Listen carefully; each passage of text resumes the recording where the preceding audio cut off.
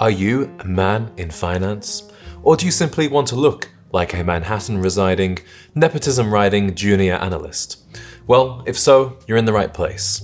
I'm going to show you the vests, shirts, pants, shoes and watches you need to look the part of a finance bro. If you're not familiar with the term, a finance bro is a young man working in finance, normally living in New York City, but also San Francisco, Boston, Chicago, and other big cities in the US and UK. The term has been around for years, but lately it's picked up more traction than ever, and more men want to dress like they work at JP Morgan. You'll notice that in this video I'm not dressed like a finance bro. There's a very good reason for that, which will become apparent as we go on. But let's begin by looking at the number one essential item for the finance bro look. That's the vest. Now, where I'm from in the UK, we call these gilets, but I'm going to use the term vest. This sleeveless garment used to be popular among outdoor enthusiasts, but now is more commonly seen in the wild on Wall Street. These vests are often made of fleece and worn in navy, grey or black. As you'll see with this whole video, finance bros don't like to experiment too much with colour. Now, Patagonia is the number one brand that has become synonymous with this subculture, but the North Face, Barbour and Todd Snyder are also popular. Brands are important to the finance bro. The vest is a status symbol, so he's unlikely to be seen in a vest from H&M. Now, occasionally you'll see one with a more interesting texture, like a quilted gilet or a puffer vest. The close cousin of the vest is the quarter zip. This is a relatively new style of knitwear that features a zip closure up to the neck, and this zip is worn down. The quarter zip, however, has spread in popularity beyond the finance world, especially in the UK. Everyone from the Prime Minister to Prince Harry to David Beckham has been pictured wearing one. Now, you can see both the vest and the quarter zip as being the epitome of smart casual. They're certainly not loungewear, but it's not dressing to impress either. Now, I understand that in the finance industry, a young man does not want to outdress his boss, but there are other types of knitwear and casual jackets that have a similar level of formality, but show a greater sense of style. So instead of a quarter zip, for example, what about a classic V-neck or a double-breasted cardigan? Rather than wearing the same vest as everyone else, perhaps a waxed cotton jacket or a hunting jacket style blazer. And don't be afraid to choose a color other than grey, navy or black if you want to be more stylish than the average finance bro. If there's one thing I will give the finance bro credit for, it's his continuation of wearing dress shirts. In a world where most men, even professional men, have resorted to tees and polos, it's good to see a man don a button-up. There is one shirt that used to define the finance bro look more than any other, and that was the J. Crew gingham shirt. It's still an essential staple, but really any dress shirt in blue and white stripes, or pink can be worn to look like you work for Morgan Stanley. Finance bros often look to each other for recommendations on where to buy their dress shirts.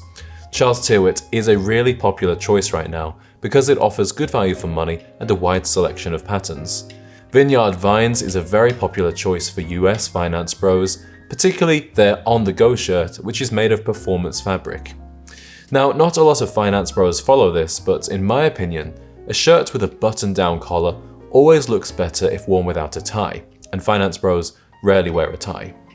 But whatever shirt you buy, I highly recommend you get it tailored so it fits your body properly. I gave a brief mention earlier to performance fabrics, and these are especially important when it comes to the finance bro's pants.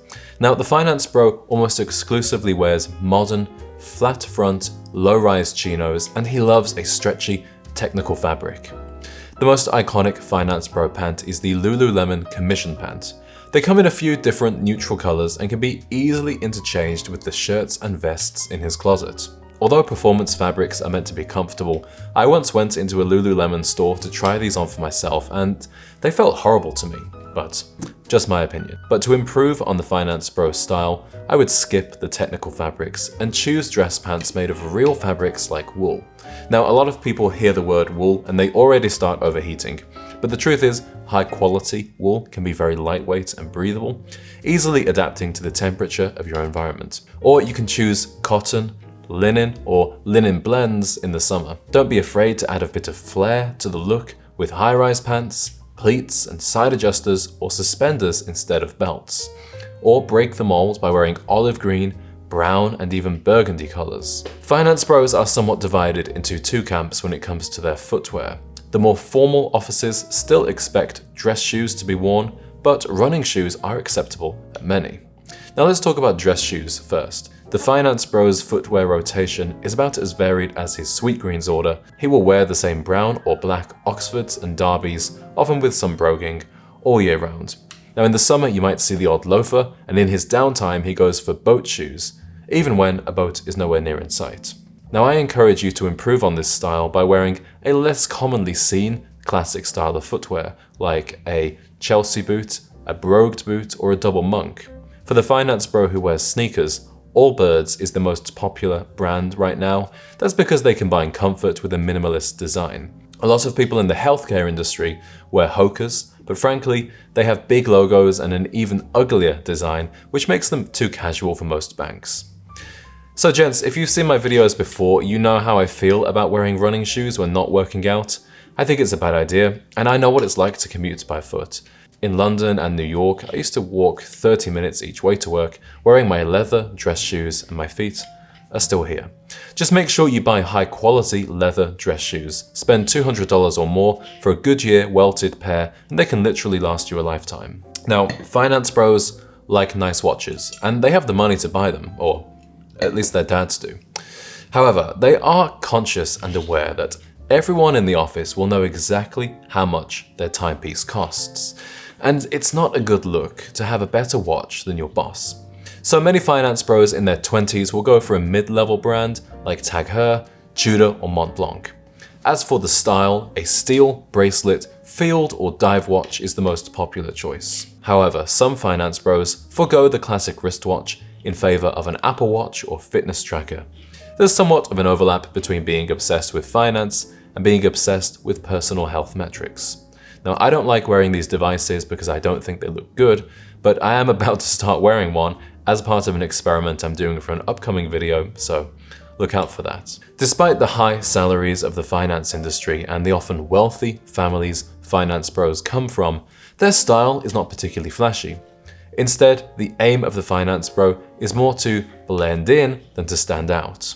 There's very much a herd mentality in this culture and a pressure to fit in with how others in the industry dress. Overall, the style has some good elements, but also some major weaknesses that you could fix with just a little awareness of classic menswear principles.